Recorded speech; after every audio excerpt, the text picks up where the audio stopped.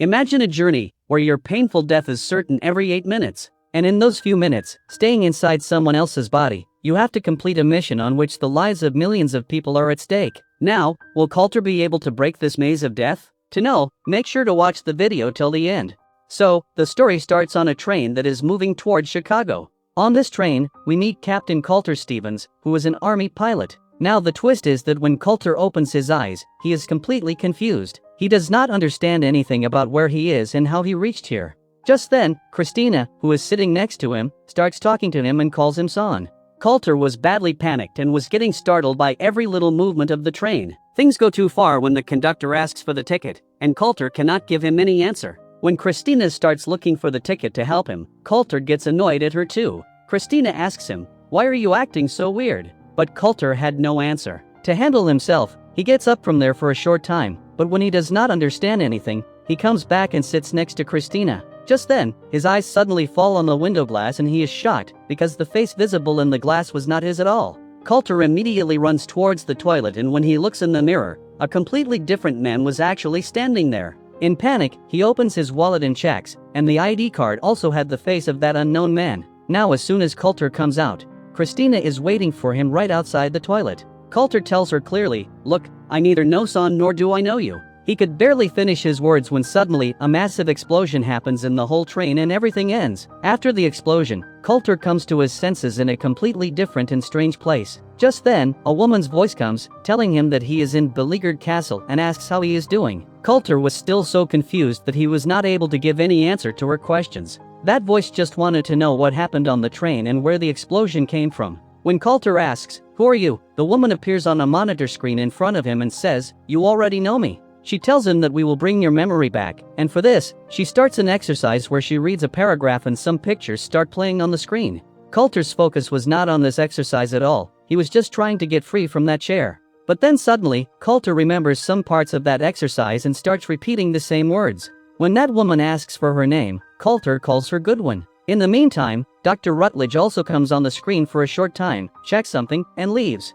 Colter insists on talking to his father, but Goodwin stops him and continuously keeps asking about the train's bomb. She also tells him that Christina calling him by another name was just a coincidence. Now, since Colter did not know who placed the bomb, Goodwin says that he will be sent inside that same train again for 8 minutes. Colter thinks that he is in a simulation, but Goodwin does not tell him anything about his condition. She just says to find more information about the train, because if the bomb is found, then the person who placed the bomb will also be found. And with this, Colter comes back into that same train again. Here, Christina was telling him that she has resigned from her job and she is thinking of studying further. Just then, Colter hears the sound of a soda can opening and a woman spills coffee on his shoe. Colter says that this is the same train but somehow different, which Christina takes as some deep statement. Colter starts a timer on his watch and starts thinking that if this is a simulation, why does everything feel so real? Now Colter starts looking for a stranger on the train. He goes to a man and asks, "How long will the train take to arrive?" So that man starts making jokes, seeing which Christina says that he is a comedian.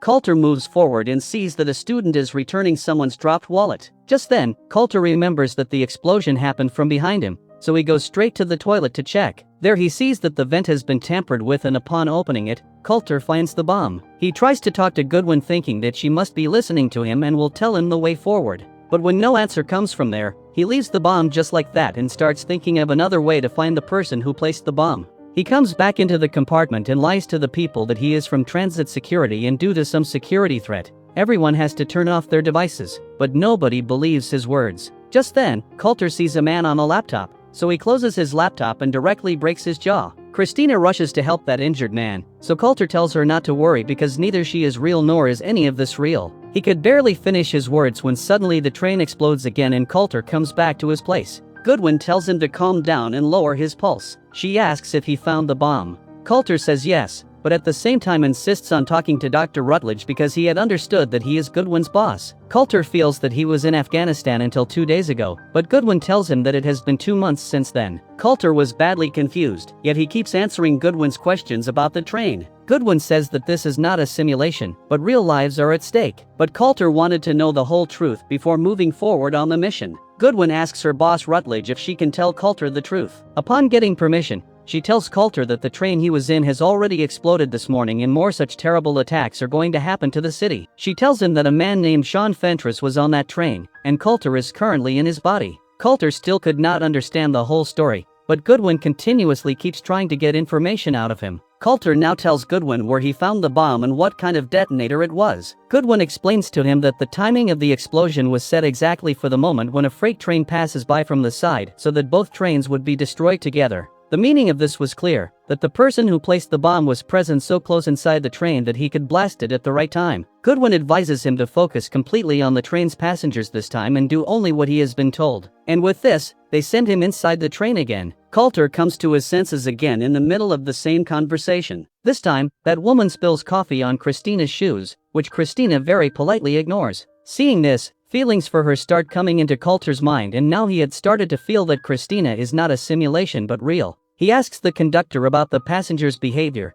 so the conductor says that Colter himself is looking the weirdest. Anyway, Colter does not stop. He asks Christina, "Do you see anyone strange?" He tells her to sit next to him and says to think of this like a game. Christina makes fun of the people on the train and does not take his words seriously. She says that you know all of them better than me because you keep talking to everyone. Just then, Colter's eyes fall on a man who was coming out of the toilet. Christina jokingly says that now you are bringing racism into suspicion. But after the joke, she also tells him that apart from Colter, he was the only person whom she had seen coming out of the toilet. Hearing this, Colter falls into deep thought. He checks Sean's belongings, but in his notebook, only Christina's name is found written. Now Colter decides to go after that suspicious man and takes Christina along with him too. He tells Christina to stop outside the station and himself goes directly into the washroom behind that man. There, Colter hears a voice that the man is lying sick inside a cabin. Colter starts checking him, which makes that man very uncomfortable. Now, as soon as that man comes out, Colter goes after him. He sits on a bench next to him and asks for his phone. The man tells Colter to leave him alone, but then Colter attacks him and insists on snatching his phone. Right then, suddenly the bomb explodes again and Colter thinks that maybe this is the person who placed the bomb. Therefore, he goes after him again. But this time, that man pushes Colter directly onto the tracks. Colter is unable to get up in time and is hit by an oncoming train. After this, Colter comes to his senses in that same strange place again. But this time, neither could he hear Goodwin's voice nor could those people hear Colter's voice. It was terribly cold there and everything in the system was starting to shut down. Just then, the assistant working with Goodwin tells her that Colter is in huge trouble. Both of them immediately go to Dr. Rutledge. Rutledge says that before today, nobody has ever been in this condition, so we should continuously keep sending him signals, maybe he will respond. In the meantime, Colter finds a toolkit there, with the help of which he turns the power of that place back on. Now he starts hearing the faint voices of Goodwin and Rutledge, who are reading that same old paragraph on the screen. Colter recognizes their voices and just as Dr. Rutledge is about to leave from there, Colter calls out to him loudly. The doctor stops and while talking to him, tells him that the system which has kept him inside this capsule was made by him, and he is the one responsible for it. When Colter tells them that he had saved a passenger of the train in the last loop, Goodwin comes back to her seat and takes over the conversation. She explains to Colter that saving the people of the train is not a part of his mission. Colter stays stubborn on his point that the girl was saved, but Dr. Rutledge explains to him that she was saved only inside the source code, not in reality. When Colter asks what this means, they explain it to him in simple language. They explain that the source code is not a time travel machine, but it is a kind of time reassignment. Colter can go there only to see things and report them, that too in a parallel reality, through the eyes of Sean Fentress, who is his link in this mission. Colter still claims that he had saved someone, so Goodwin searches that girl's name online. And then the truth that Goodwin tells makes Colter's heart sink, because Christina had already died that same morning in the train blast. Colter was still not able to understand this whole game properly, but those people had to send him into the train again because now there was the fear of another big attack right in the middle of Chicago. Intelligence had received news that this time the attackers are going to use a radioactive dirty bomb, due to which the entire city was being evacuated. The army believed that if a clue about the person who blasted the train could be found, then this second big attack could be stopped. Before sending Colter, Goodwin tells him about a gun hidden inside the train and gives him full freedom to take every necessary step to complete the mission. Now, as soon as Colter comes to his senses in the train again, his heart becomes heavy upon seeing Christina alive in front of him. A little conversation happens between the two, and here it clearly starts to show that Colter is slowly falling in love with Christina. But just then, he remembers his mission. He immediately gets up from his seat and goes exactly to the place where Goodwin had mentioned the gun would be, and he finds the gun right there. But the twist is that just then, a conductor catches him red-handed opening that safe. Colter tries to stop him by pointing the gun, but then another conductor comes from behind and gives him an electric shock, and Colter drops right there. The very next moment, Colter comes to his senses on the same train, and Christina asks him, "Why were you acting so weird?" Colter had no answer to this. He knew that very little time was left, so he asks Christina, "If only the last 1 minute of your life was left, what would you do?"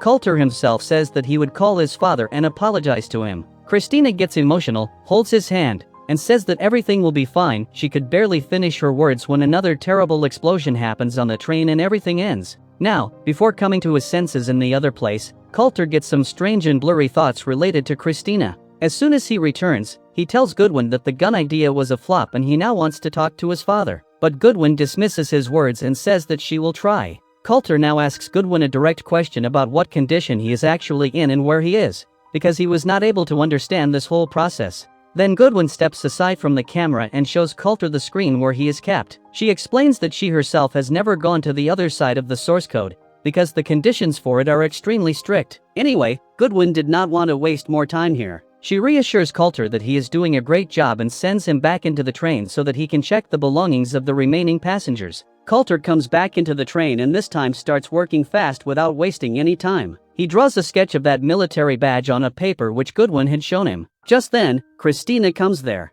Colter asks her to search online for a friend of his who went missing in Afghanistan, and he gives Christina his real name. In the meantime, Colter sees a man talking on the phone. Out of suspicion, he searches his bag, but finds nothing there. Just then, his eyes fall on a woman's bag which belonged to an army medical center. Colter asks her about that military patch, so she explains that it is an Air Force symbol and the N written on it means Nellis. Hearing this, Colter immediately asks that woman for her phone and directly calls the Nellis Air Force Base. He tells the operator, "Connect my call to Dr. Rutledge and tell him that Captain Colter Stevens is calling." Just then, Christina comes back and tells Colter something that completely shocks him. She says that the Colter Stevens he had asked her to search for on the internet actually died in battle 2 months ago. Hearing this, those terrible memories of Afghanistan suddenly flash through Colter's mind, and Goodwin's voice can also be heard in the background guiding him through that exercise. Now, as soon as Colter comes back to his senses in that strange place, he asks Goodwin a direct question, "Am I dead?" He tells her that he found an article online which clearly states that Colter Stevens has been martyred and his father has even received a medal on his behalf. Goodwin tries to suppress his words and says that he should only focus on the train mission, and they will talk about the rest later. But when Colter stays stubborn, Goodwin is forced to tell him half the truth. She says that a small part of your brain is still alive and working, but your body is now completely gone. Shocked, Colter asks, "Does this mean this capsule where I see myself is just an illusion of my mind?" Hearing this, that capsule starts to break. Goodwin says yes, but she does not tell him where and in what condition his real body is kept right now. Just then, Dr. Rutledge steps in and says that they do not have time, and he must be sent back into the train immediately so that the second big attack on the city can be stopped. Colter was still not agreeing with this method of the source code. He tells Rutledge, "I had called you from the train that very morning." To this, the doctor says that he did not receive any such call, and even if he had, that would be a completely different reality, and the Rutledge answering that phone would be a completely different Rutledge from him. To convince Colter further, Dr. Rutledge explains that this project was approved by the military court itself. He also says that many soldiers want this very opportunity even after death so that they can continue to serve the country. To this, Colter gives a sharp reply that for many soldiers, one death is a big enough service. Anyway, Rutledge promises him that if he completes this mission, they will let him die a peaceful death forever. Before sending him, Rutledge reminds him that the lives of 20 million Americans depend on the success of this mission, and if he does not care about his own life, he should at least care about those innocent people. After this, Rutledge continuously keeps sending him inside the train without stopping and clearly states that until the bomber is found, this loop will keep going on like this. Giving up, Colter says that he cannot do this, but to break him emotionally, Rutledge plays an old interview of his father on the screen, in which he was crying and saying that he regrets that the two of them could never understand each other properly. Hearing this, Colter's eyes fill with tears and he himself tells Rutledge to send him back into the train. Now Colter comes back into the train and this time, without wasting any time, goes straight towards the bomb. He removes the detonator phone from the bomb and calls the only number saved in it. Moving forward in the train, Colter sees that a man has picked up the phone. Colter tells him on the phone to turn around, but just then, another man standing in front of him turns back, which creates a misunderstanding for Colter.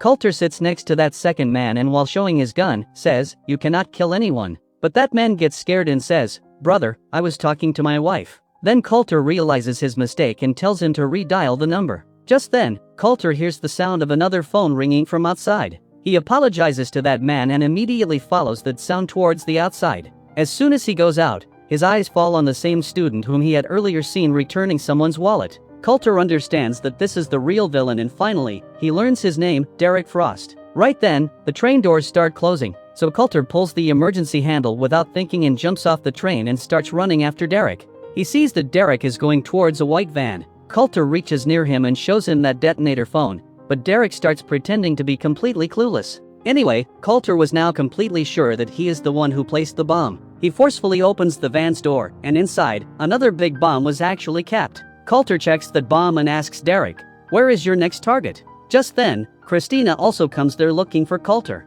Seeing himself trapped, Derek fires bullets at both of them without any hesitation. Colter was lying on the ground and he was still breathing, so Derek comes near him and tells his whole plan about why he is doing all this. He said that this world has become a hell, and to recreate it from scratch, it must be completely destroyed first. Saying this much, Derek sits in his van and escapes from there. In the meantime, as soon as the time is up, the bomb explodes in the train parked back at the station. Now, as soon as Colter comes to his senses back in his capsule, this time the old pictures appearing on the screen look much clearer to him than before. As soon as he comes to his senses, without wasting a single moment, Colter tells Goodwin and Rutledge the complete description of the villain Derek Frost who placed the bomb in his white van. He also confirms that the second bomb kept inside the van is a dangerous radioactive bomb. Hearing this, Rutledge and Goodwin congratulate Colter and say, "You did it, Colter, the mission is successful." But before leaving from there, Colter requests that he be sent inside the train one more time before putting him to sleep forever, so that he can save those innocent people.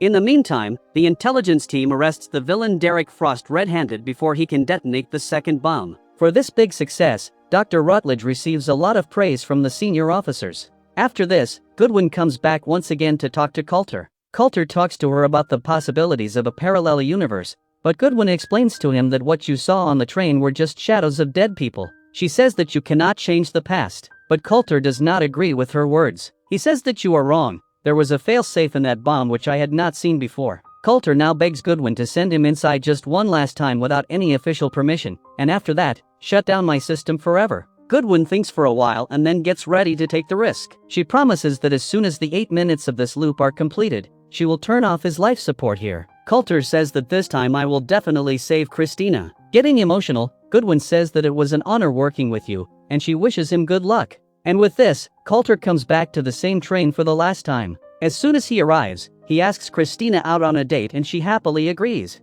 Smiling, Colter tells her, "Just give me a few minutes to save the world." Without wasting time, he goes straight to the bomb, removes both of its detonators, and defuses it. Then, while passing by the villain Derek, he secretly steals the conductor's handcuffs. On the other side in the real world, Rutledge is receiving even more praise for this mission. Just then, Goodwin comes into his office. Rutledge orders her to wipe Colter's memory and prepare him for the next mission. That is, Rutledge had absolutely no intention of giving Colter a peaceful death as promised, which hurts Goodwin deeply from inside. Inside the train, Colter stops the villain Derek from escaping outside and handcuffs him to an iron rod. He shows him the same detonator phone and immediately calls the police to tell them the whole truth about Derek and the radioactive bomb kept in his van. After this, Colter snatches his phone and moves forward from there. He sends a secret email to Goodwin from Sean's phone and then directly calls his father. He talks on the phone pretending to be his son's friend and says that before being martyred, Colter wanted to tell you that he loves you very much and has forgiven you.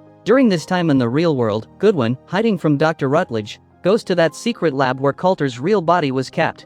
As soon as she opens the chamber, she is shocked to see Colter's half-severed body supported by machines. On the other side of the phone, Colter's father cries and says that he wishes his son had told him how much he loved him before dying. With tearful eyes, Colter softly says, "He knows, Uncle." Now Colter comes back next to Christina on his seat. On the other side, Dr. Rutledge gets the news that Goodwin is near Colter's chamber. He immediately calls the military police and they start trying to break the locked door. But without any fear, Goodwin just waits for the last 8 minutes of Colter's loop to end. In the train, Colter asks Christina, "If less than a minute of your life was left, what would you do?" She smiles and says, "I would make those last moments worth remembering for a lifetime." Hearing this, Colter kisses her. Exactly at that moment, Goodwin turns off his life support from outside. The military police breaks the door and enters inside, but by then, Colter's brain had become quiet forever. But the twist is that this time no explosion happens on the train. The timer stops and everything stays normal. Colter holds Christina's hand and says that everything will be fine. Both of them get off the train and start walking towards Chicago's famous The Bean Monument. At this very moment, Colter realizes that the strange and blurry thoughts that used to come to him again and again were actually pictures of a beautiful moment from this parallel world. And with this story also ends. I hope you liked this video.